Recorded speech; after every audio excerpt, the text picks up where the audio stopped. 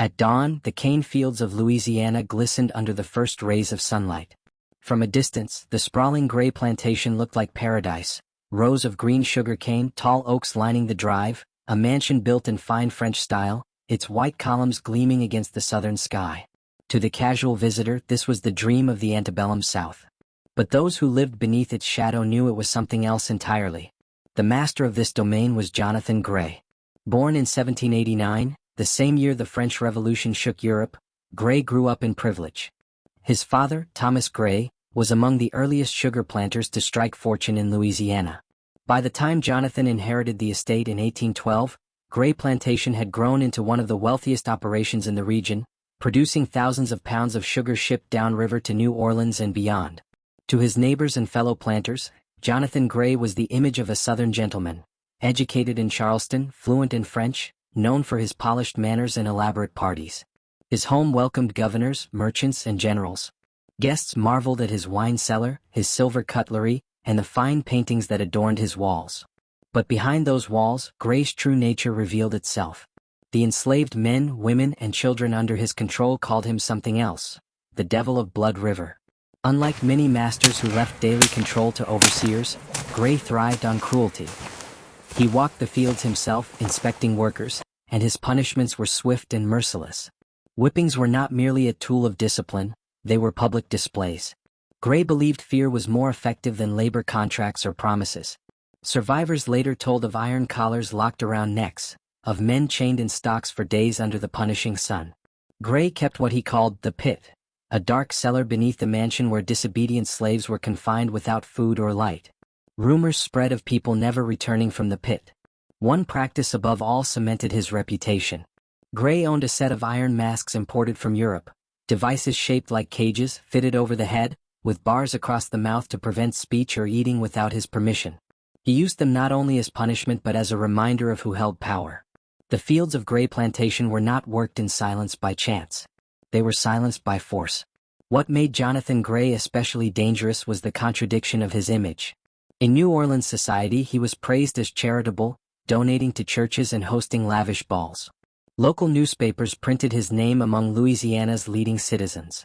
Guests at his home saw only charm, never cruelty. But for those bound to him, Grey was a nightmare. One story, passed down through generations, tells of a young boy named Samuel. Barely 12 years old, Samuel had collapsed in the fields from exhaustion. Grey ordered him to be tied to a post, then whipped until his back was raw. When Samuel's cries echoed across the plantation, Grey demanded the iron mask be fastened on him. Witnesses said Samuel's muffled sobs haunted the night for weeks afterward. It was cruelty not for necessity but for spectacle. Grey wanted his enslaved workers, and his neighbors, to know that disobedience, even weakness, would be met with terror. The years that followed only deepened his reputation. From 1815 through the 1830s, Grey's wealth grew, and so did his methods of domination. His plantation became known among the enslaved community as a place of no return. Few attempted escape, for those who did were hunted down by dogs and returned in chains. Yet, as history would show, no empire built on cruelty lasts forever.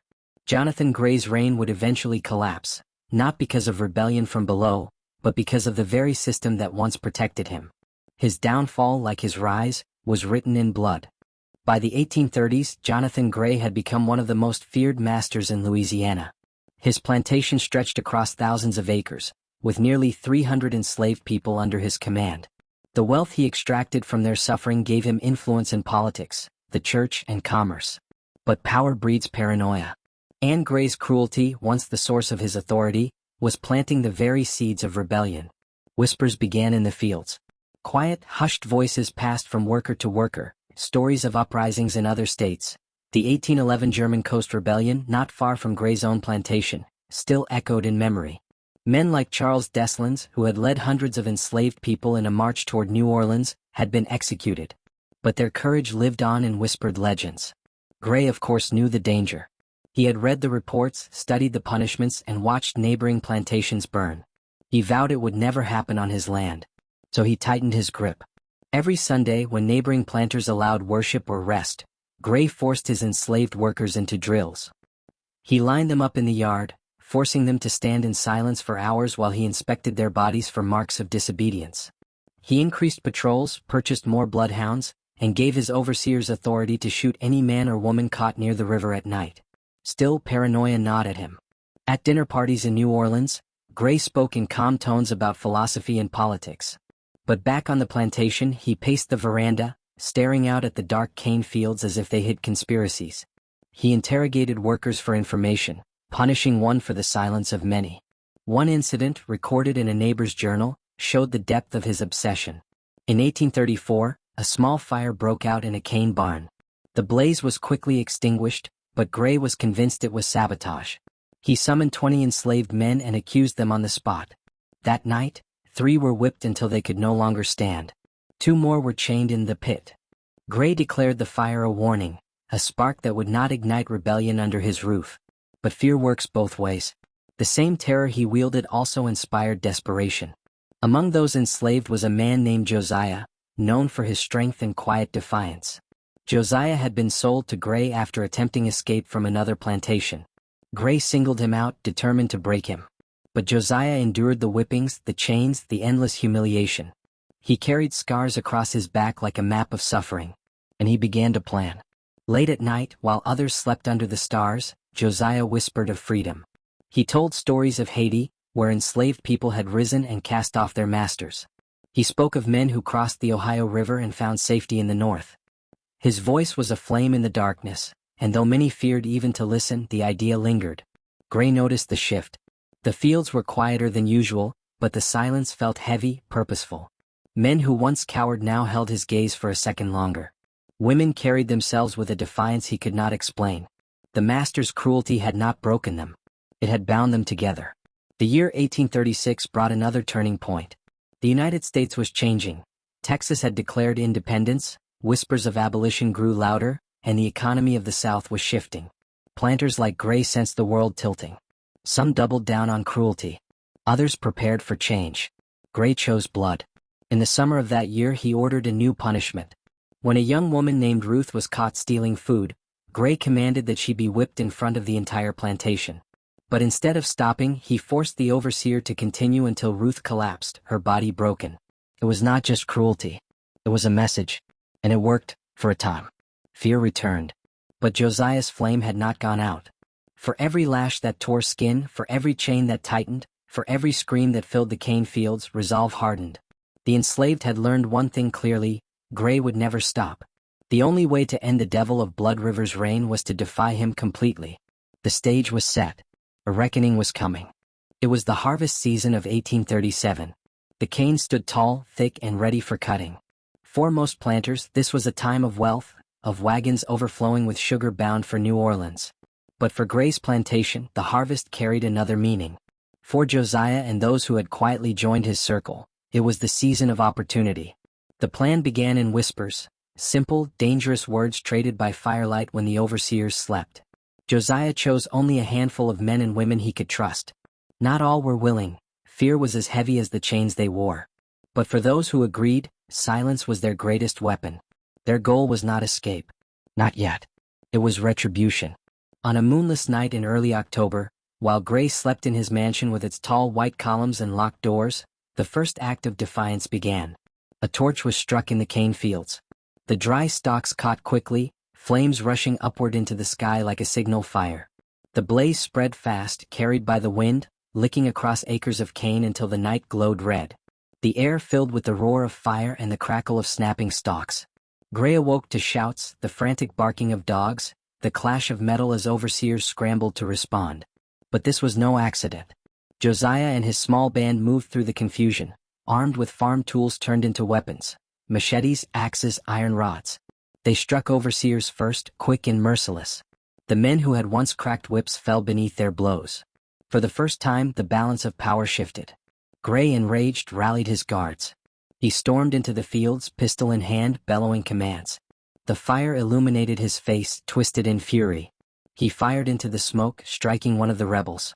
But the chaos was beyond his control. The enslaved had found something stronger than fear. They had found rage. The night was a storm of violence. Flames devoured cane, dogs tore loose from their chains, men screamed in agony. The mansion itself trembled as sparks rained down upon its roof.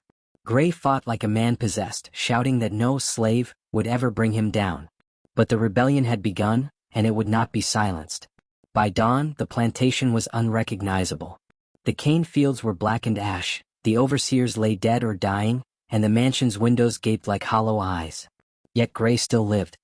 He had survived the night, bloodied but unbroken, retreating into the swamps with a handful of loyal guards. His empire had been scarred but not destroyed.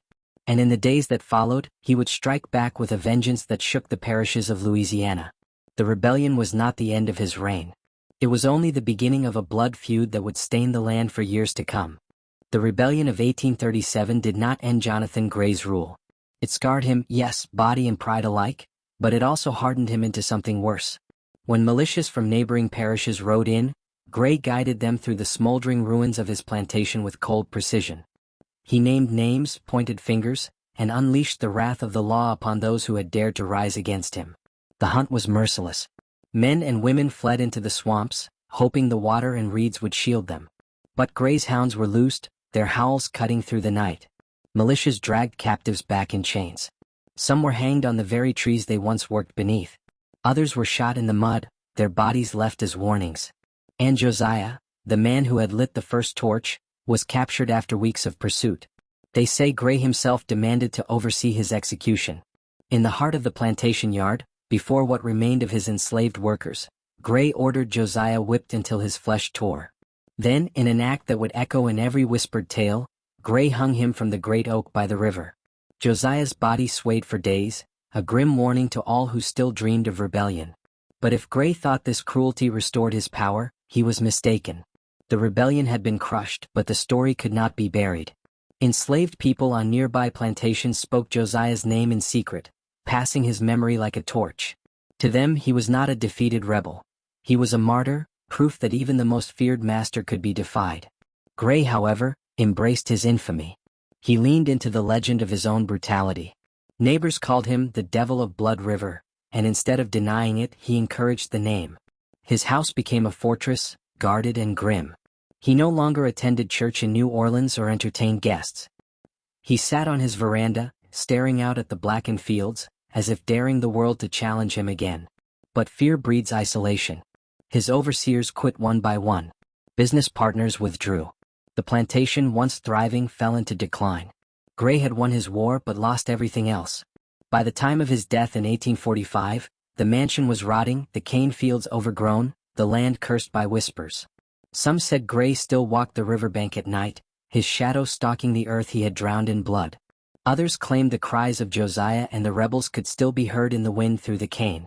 What began as the story of one man's dominance ended as a cautionary tale. The Devil of Blood River had built an empire on cruelty. But cruelty in the end consumed him. His name lived on, not as a symbol of power but as a legend of terror, a reminder of how far men will go to preserve their grip on a dying order. And in the shadows of history, the flames of that rebellion, though smothered, never truly went out. And if this story struck you, if it made you stop and think about the truths we inherit and the silences we live beside, then I ask you to help carry it forward. Subscribe to this channel. Share this video. Leave your thoughts below. Every comment, every like, every share makes sure that these voices are never silenced again. Because cruelty may try to bury history. But memory, when spoken, when shared, always survives.